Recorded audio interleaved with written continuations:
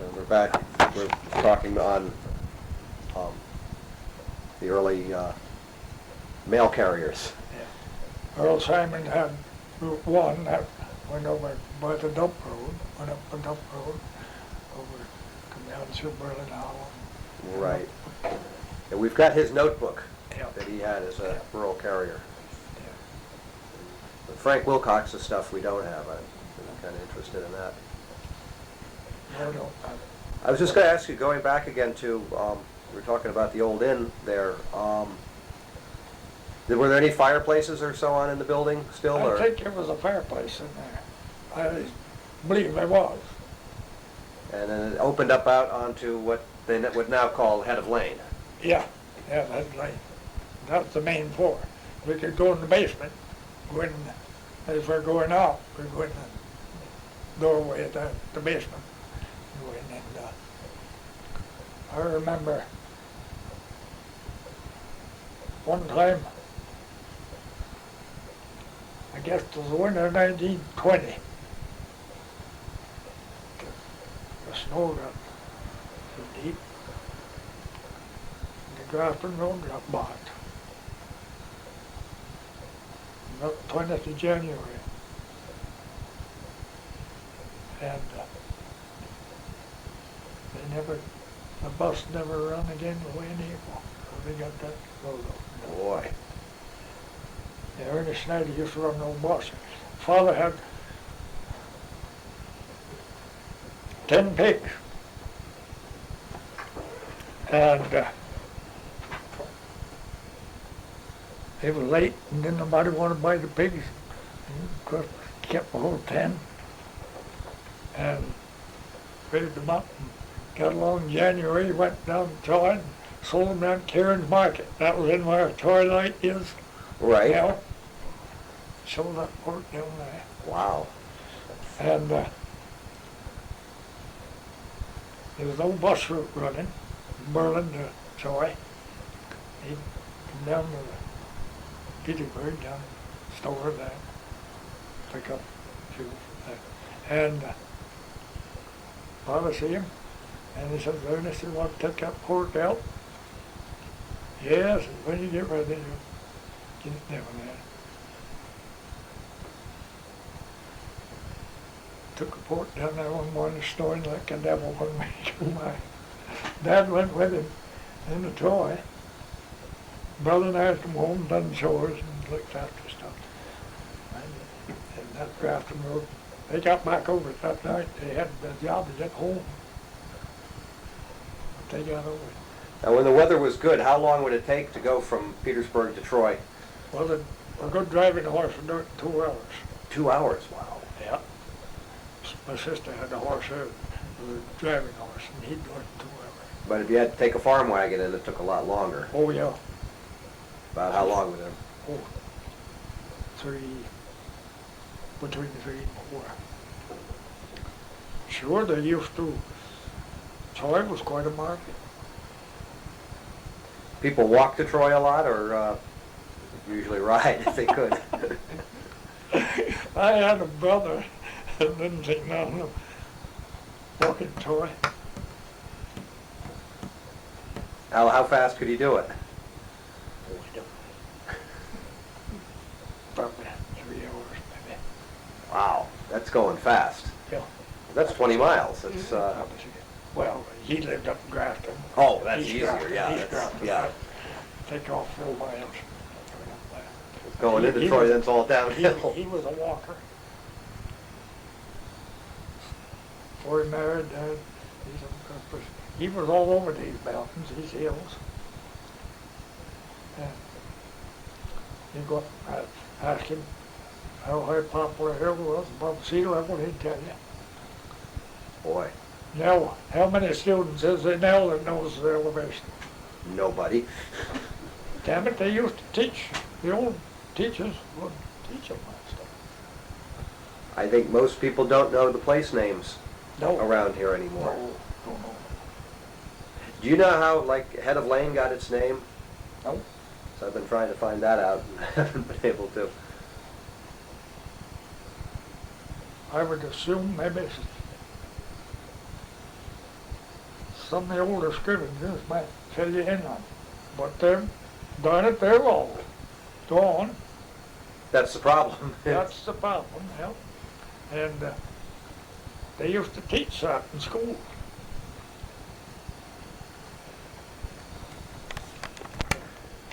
So, and how long would it take if you were traveling up to, in the other direction, to get up to the top of the trail? Well, that's other side, lots of steep. This side's pretty steep and narrow, just one track road. Cars couldn't pass a lot of places. You have to have a cutout when you get past. So that would take 3 hours to get up? Yeah. If you had those small wagons, they call them a market wagon. Boy. So it almost is easier to go to Troy than to go to Williamstown. Yeah. Well, a little farther. But, I don't know. But, after put the trail in, that was a godsend. Now, what was it like during the transition from wagons to automobiles? I mean, there must have been a lot of yelling and screaming and honking and...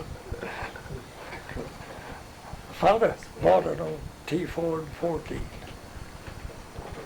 And brass radiator, and he had it polished up like that rose. And he used to use that a lot. That's where I learned how to drive. And I got to be 15, 16 years old. Caretaker come out of Lansingburg substation for the AT&T, and he come along here one day, and Dad and I was down there, Pig Pen, replanting the floor, and he come down there,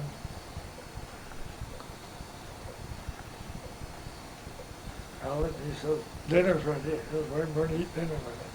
Never seen him before.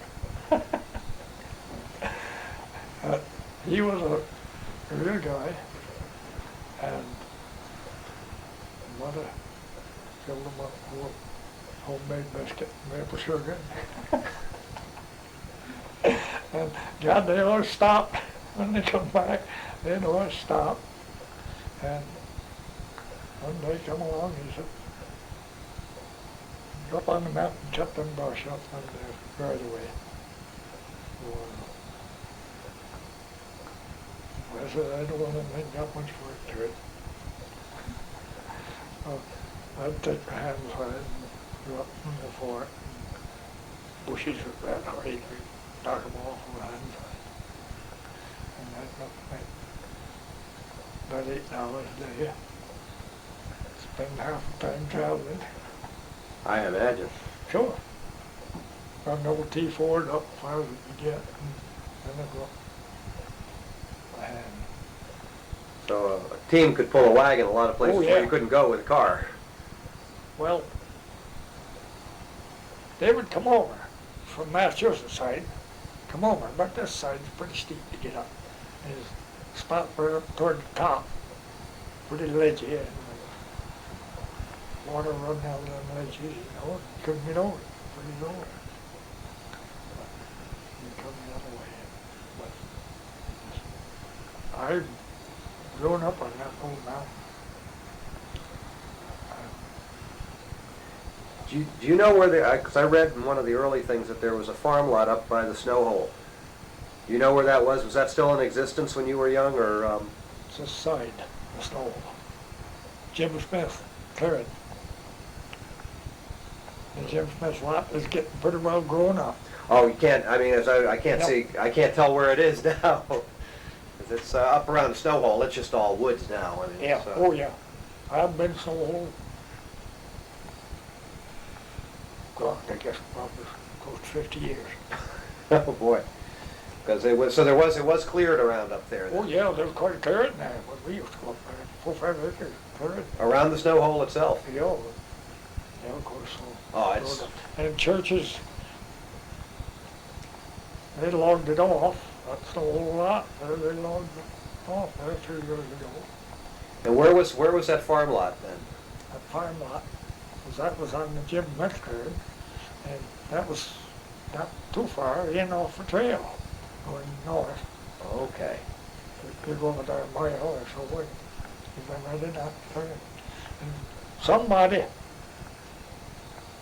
I've heard our folks tell it, somebody come along here and they had a camera taking pictures. Fell up on the snow lot plowing. When he turned around, the horse stepped over the trace, which they would do, which you didn't pay attention to what they're doing. But I heard Dad tell about it. They got a picture where he was getting the horse back in the trace again. I don't know whether he had no trace probably, or a lot of times you would step on the trace right up ahead, they'd pick your foot up and put it back in. I've done that one of the time. Boy. Well, I bog paralyzed man. And horses probably was that good one. And as soon as I got big enough to use, that was my job. He would plow his ground. He's pretty fussy. But you never saw a side hill plow. Nope. I have no idea how even, you know. Well, goddamn, you could turn them. Moldburn turn either way. Okay. Go east, get the east end, turn the plow the other way, come west. Turn the plow every end. And So it's called a side hill plow? yeah, Yeah, I've heard of that, but I don't. damn it all. The barn burnt over here, and a lot of that older machinery in there. So you still have it, or? No, burn. Fire. Walter A. Wood Reaper. Oh, no. Yeah. Boy. That burned. And When'd that happen? the barn's been going 20 years or more. They just probably more than 20. And yeah, there's quite a lot of old farm machinery in there. Burned. Oh, that's too bad. The old Walter A. Wood plant was in the Hoosick Falls. Right. And they used to keep a lot of help years ago. Oh, it was a big plant. It was really. Yeah, oh, yeah. Yeah. And, but water wound them up. They had a big foreign trade. A lot of that stuff Right. went over in the old country. And, So it was World War I that really hurt them bad. Yeah, that hurt bad. And then they kind of disorganized down. There was 2 or 3 years around there that took it over. They called it the Hoosick Falls Implement Company. Bob Paulson was the manager there, and he was a good one. Dad used to sell that to horse-drawn machinery. Oh, okay. Sure, boring machine, wheel rigs. Kept the extras there for it. So horse-drawn mower, $40. 5-foot cutter bar on it, brand new. Wow. Not much of a market for those today.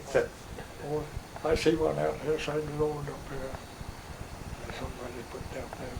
Probably get $300-400 out of it, and somebody comes along. grab Oh. one. Sure, Sure, yeah. but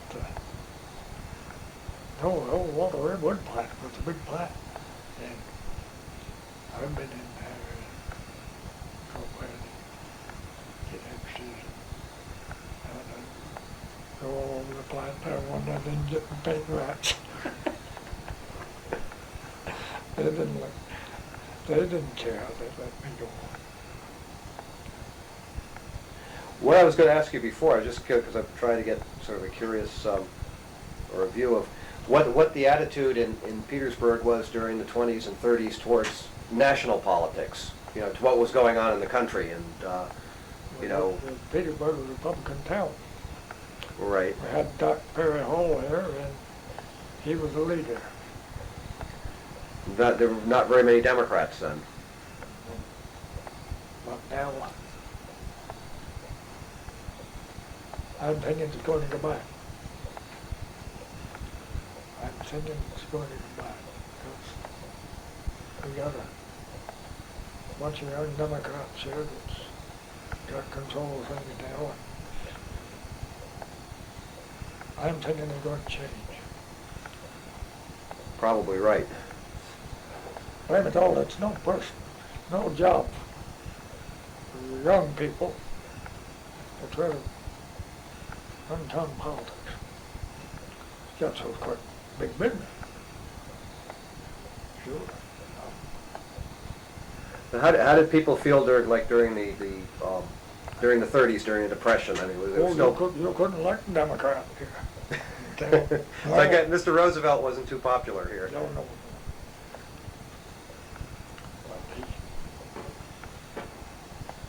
The whole county politics was what where Rensselaer County went, that's the way a lot of these towns, smaller towns. Well, Renton County was very Republican. Yeah, I mean, it was just like Albany County was Democratic and Sure. Rensselaer County was Republican. So.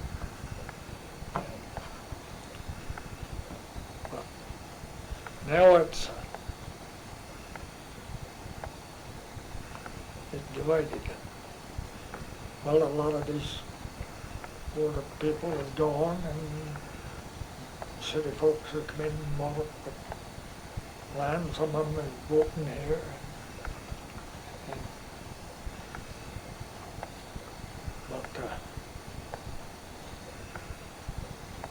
But it's tough business.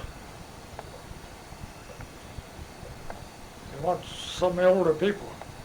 Now we got a supervisor here in town. Probably a good young fellow, but he ain't got it under his belt. He's got to learn the business. But he got elected, but We had that also in the past, though. yeah. But so I don't know. So were people very interested in what was going on in national politics in those days, or were they more interested in what was going on locally? Locally. Although they'd always vote Republican. Yeah, always. But they didn't care much about what was going on in Washington. No. We didn't have the commentators. Better off. Oh. But was there much interest in listening to the radio in the evening to know what was going on in the country and the world? Nowhere near what there is now.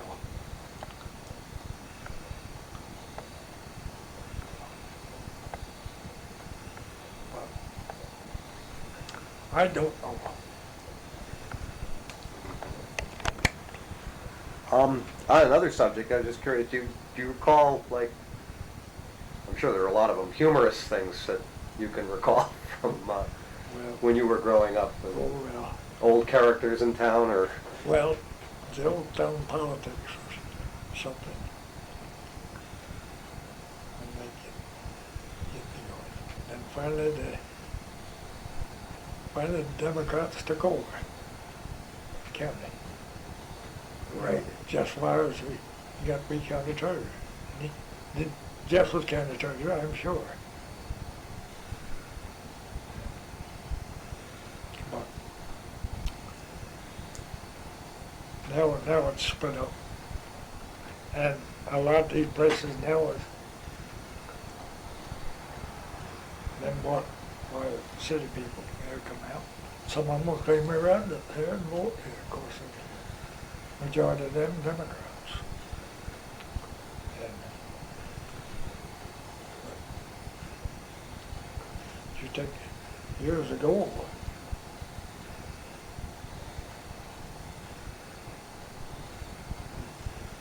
those families come what we call up on the hill going over the Babcock Lake, Right. Hill. Because the churches up there, they was all staunch Democrats. That's right, the churches have always been Yeah. Democrats, but so they were all Democrats up on, Yeah. And I don't know if it does any hurt to get mixed up a little, but I'm thinking our supervisor we got now, I'm thinking he'll maybe, so you yeah, just, there was a feed mill down here, right by the end of the bridge. Of course, the mill's gone now, but there's no water powered mill. And you get down in there, like that, well, Clarence Wells run the mill, and sometimes when they want much mill work, he'd go over down the post office building, and always have bull moose come in there playing cards. Andrew Carr lived right out here. right, I've heard his name, yeah. Well, he was quite an old card player. They'd win, and he'd lose his jack. He didn't appreciate it. Losing the one jack. My God, they sent out the second jack. Andrew was gone right over across the bridge, going home, firing the butter. And because us school kids, we relished that. But he was quite an old card player. How many folks would play cards? I mean, Oh, more than you think. Sure, Gene Babcock run a barber shop there, upstairs in the feed mill, and be somebody in there most of the time. Card game. now that was in where the post office was, or? Well, the old post office. You know where the old Yeah, mill. yeah. Yeah. And the old mill behind the, where Yeah, the the post old office mill was? was right behind the post Yeah. office. Just driveway where you drive to the street. And When did that mill come down? when that mill come down,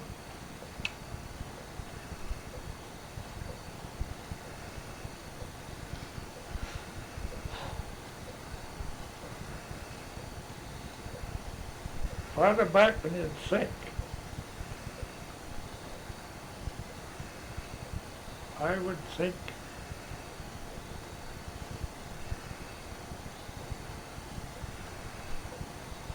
probably 30 years. I would think. Now, maybe I'm a little high, maybe I'm not. After the Second World War? Oh yeah. Because like the Red Mill was taken down right after Yeah. the Second World War. Well, this mill here outlasted the red mill. It outlasted the Red Mill? Yeah. Okay.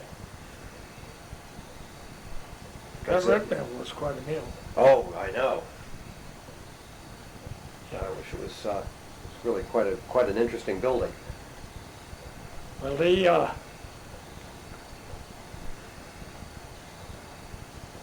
used to make buckwheat flour. And then I don't know, the cause, I guess there's, that flour went over cause and it screened it out. And they began to get deteriorated and they wouldn't know about it. Keep it up, keep it repaired up. Frank Jones was the last one that was in there. Which the mill in by the bridge. Down, way down, the red mill. Oh, the Red Mill, The okay. red mill was down by the Lake Dewars. Right, Yeah. right. Of course, that's gone. Yes. And they were using that as a cider mill for a while, I guess, Yeah. too. And Grist mill, salt mill, cider mill. right,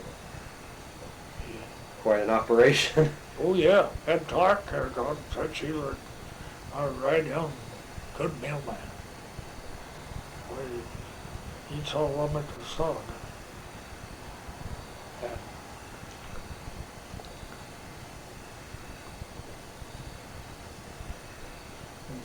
the old logs that they used to have sawed themselves,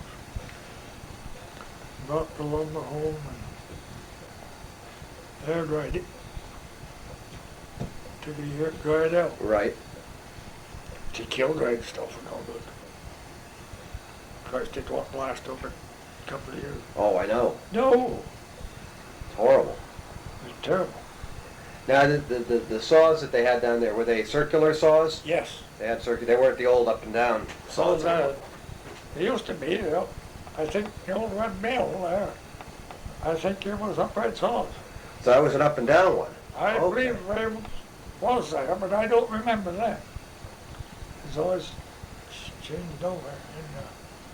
Because that's always a question when you see the logs. Because if you see the saw marks up and down, then everybody Yeah. thinks, well, that's very early. Yeah. But if they were still using it, then they could fool a lot of people.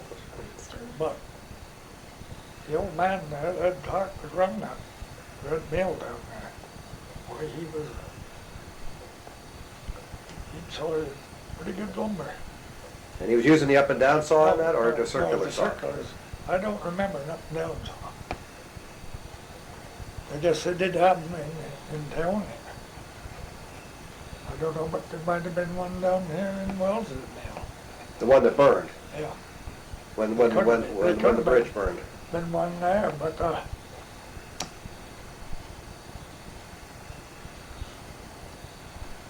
he sawed the timber that's in the barn. Brad put the barn up here in 1900, I guess. Oh, boy. 97, 98, on there. And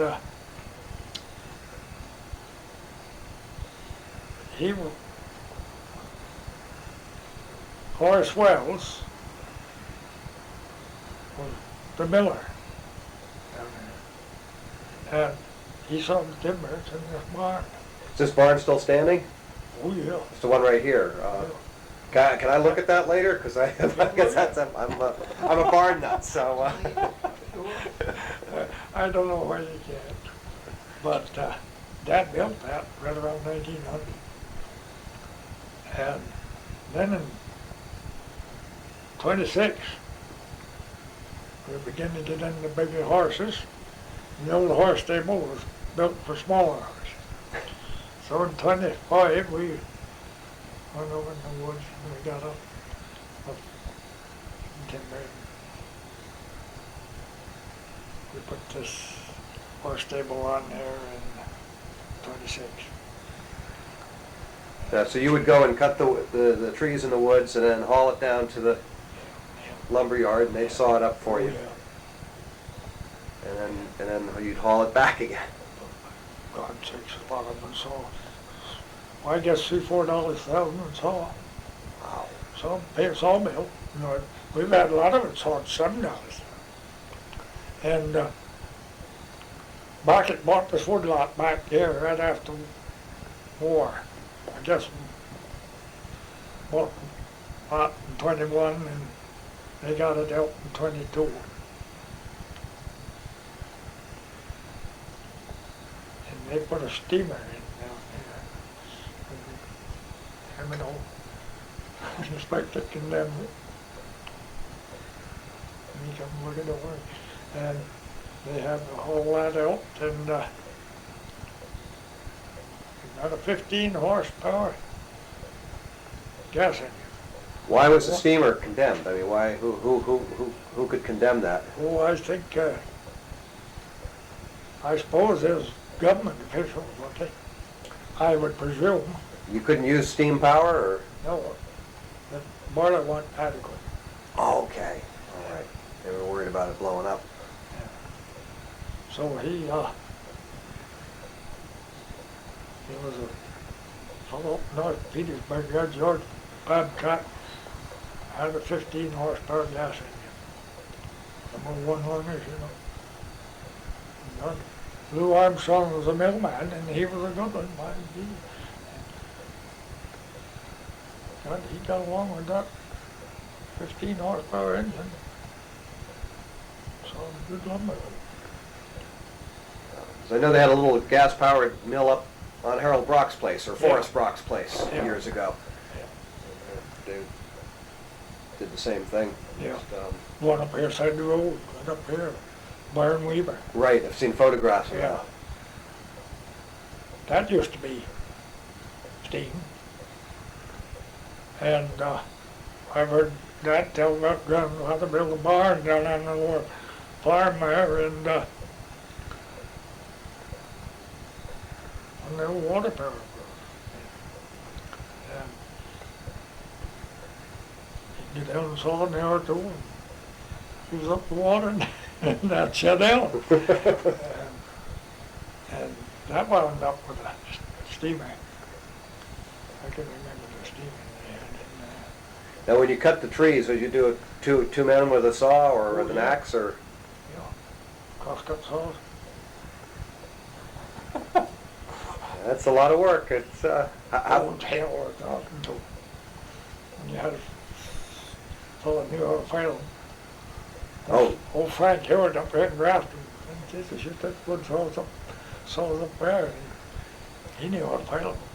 and you just come back down here and two men, and Sure. probably easier than a chainsaw.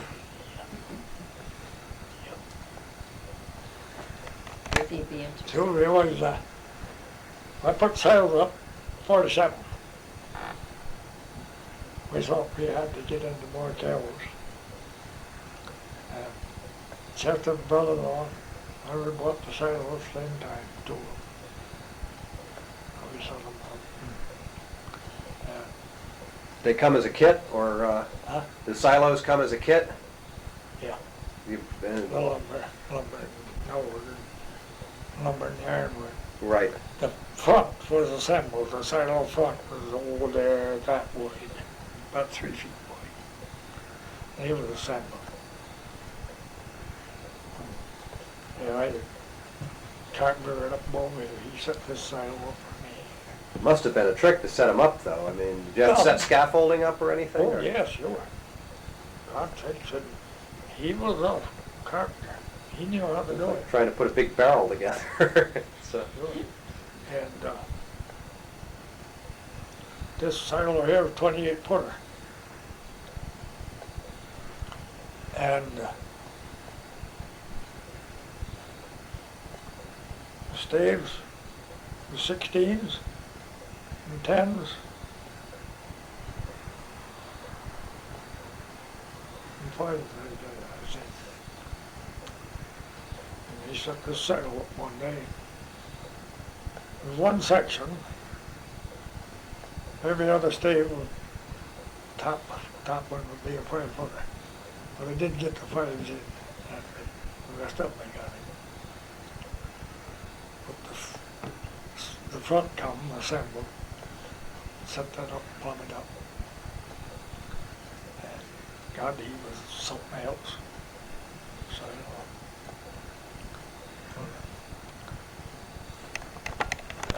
well, that old cider mill was up at Leo's. There's an old cider mill up there. and Lee had a cider mill? Oh, yeah, there's an old-fashioned mill in there, the old schools, and Bob Ross owns the place now. Right. And Bob's got them, took schools now. They was in the front room, well, last I knew. Them old And cider- he lived down in Troy, right? Yeah, Ross Val. It's Bob Ross from Ross Valve who owns it. Okay. Yeah, sure, he owns Ross Val. Yeah. Lost his brother. He tried the whole thing. And Bob's quite the fella.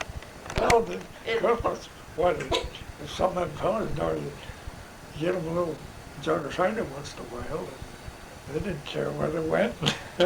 And once they're done, don't give them too much, but give them enough to keep it steam up. It was good. Now, how long would it take you to fill that silo up? Well, we have filled it in a day, 2 teams. And you filled it from the top, so how did you? Yeah, How did you do that? with a blower. A blower. And, well, they use the same system now, well, it's not no knives on the wheel. The blower blows it up now. And, That would blow all the silage up into. oh, yeah, yeah. Oh, it's a big wheel on that blower. size of this table, just about the size of this table. And that had blades on the side.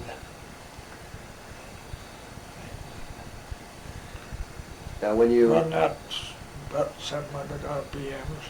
And then, do that with a motor, oh yeah, it took heavy power. oh yeah. Yeah. And then when you were unloading, I mean, for feeding, where did you take it from the bottom? That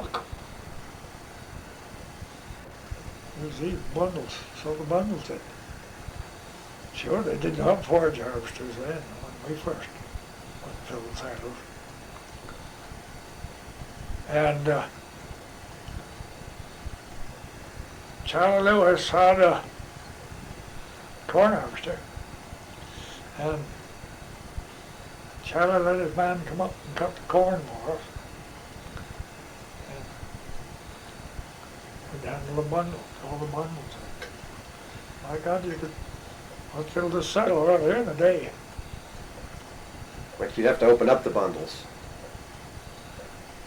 We didn't bother with them. Oh, you just... We didn't bother, check string and all. We used to, somebody put in there, they'd cut their finger out of a jackknife or something. What the hell was it, let them go. Oh, it's just gonna... So it'd take one, you lap a bundle. But the time this year, on this bundle, the time the year got by, was the other bundle right behind it. Now, how did you remove silage from the silo for feeding? Oh, for And they come from the bottom or from the top? Oh, top. Yeah, took the door on top. Of course, they're all automatic. Most of them now is. Oh yeah, I was looking at the one that Donald Hewitt's got, and it's all, Yeah. got a motor in there and blows it down. Yeah. So, kind of interesting though. Well done. Let's Dave go there. Dave got quite a head on him. They seem to have a pretty good operation there. Yeah, Donald. I let him go ahead, he buys what he wants. So he just bought $6,000 worth of equipment down this year. And I don't get on the wagon and the head put on the chopper. Now, how are you related to Donald? Donald's grandfather, my grandfather's half brothers. Okay, So that's the you- same one. you That's the same take with it- Earl here. you Okay, take it from okay, me. all right. That's what I asked in the beginning. Yeah. That- Alvin. And my grandfather was half brother. Okay. So, And you say you've been up Leo's place? yes. Yeah. Well, Bob Ross owns it. Yeah. No, I was up there to, we were doing a survey of the cemeteries, so I went Yeah. up there and Yeah. looked at it. I've never been up there when he's up there. I hope he doesn't mind that I've gone up there a few times. Bob was the best kind of a fellow. I know. He is enough. Well, he donated money for our bicentennial stuff, and well, he did not that. What he did was he sandblasted one of the plates on the bridges. Yeah. From the old bridges. He Yeah. took care of sandblasting that for us. Yeah. So There you go. These bridges built. Lower bridge built 11. I think the other one was built following year 12 on it. yeah, then they tore it down again Yeah. for when they put the pass Yeah, in. yeah, when they put the pass in. They had to overhaul that. But the lower bridge is still down there. Yep. But I think the county's planning to take it down pretty soon, Yeah, probably will have to. which is a shame. It's, But that's the first concrete mixer I ever saw, was when they put the bridge in there. oh, really? Wow. I think they built the bridge in 1911, Yes. and they had the mixer.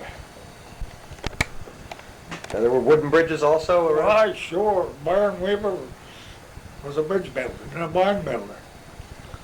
Byron was, well, you've heard of Bob Alderman? Yes.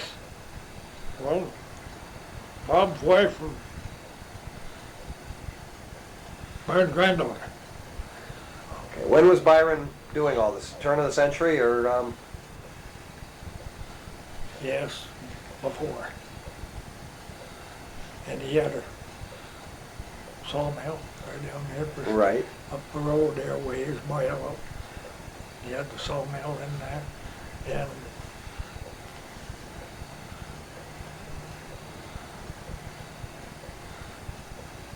Are there some barns and things that he built still standing? oh yeah. Father put barn up out here, main barn. There's the barn here, that's from Byron? Father built that when they first come down. They were married in '95 and they stayed on the hill. They lived up there the first year because this place here was the process of being resold. And they was waiting for it. They had their eye on it. Yeah.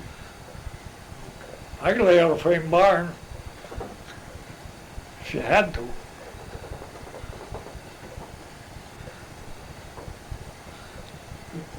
Just one going back to the lower bridge when they were building that. Do you remember the company who did that? Do you remember anything about them, or? I think, weren't they the Cole Mortman Yeah, company? Cole Mortman, yeah. Yeah. Do you know where they were from, or? Gosh, I can't tell. I don't believe they're too far away. Because I've been trying to track them down, and I can't find, because on their paperwork, they just say they're here in Petersburg. But I can't find anything more about them. See if they build any other bridges anywhere, or? I think they have built other bridges. I wouldn't be surprised, maybe some of their work could be right up around town of Hoosick. Okay. It might be.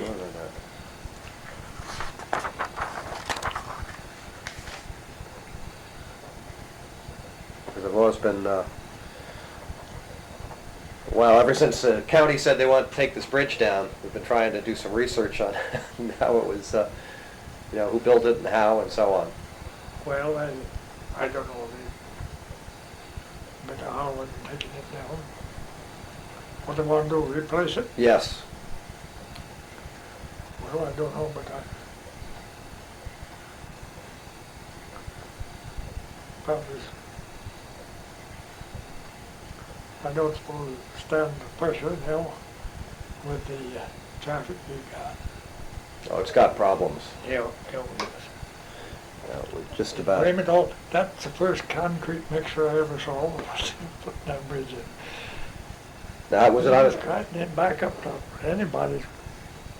They had an old out here in the meadow somewhere, they back up there and they load up gravel. It loaded gravel in the morning. Was a mixer on a wagon, or? No mixer was on wheels. Had its own truck, wheels full of that heavy. How did they drag it around? By horse? Yeah. Yes, we used that mixer. And how did they operate the mixer?